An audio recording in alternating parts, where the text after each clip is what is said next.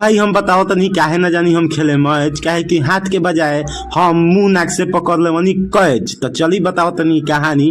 देखो भाई लोग सब कुछ के ब्लॉग्स आवला, तू लोग सोचत होगा लोग कि क्रिकेट के काहे ना होला, तो हम बता दी जब खेले आओ नहीं तब नाक पर लाग जाई, मुंह पर लागी, कबो आंख पर लागी, यही चलते हम खेल नहीं। देख सकत है सब खेले आल बानसन आ हमरा के आज लेके आ गेल हसन। इतना गर्मी बाटे तब हम धूप में खेले आ गल बानी। देख चली सोचत हो कि मतलब क्रिकेट खेलते खेलते कहाँ हम पहुंच गल बानी।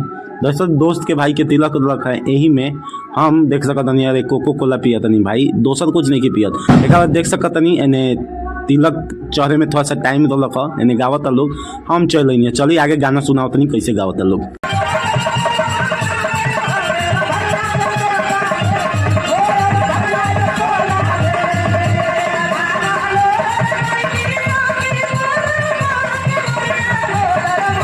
तू लोग सोचत होगा लोग गैलक ख तो खैलक है कि ना।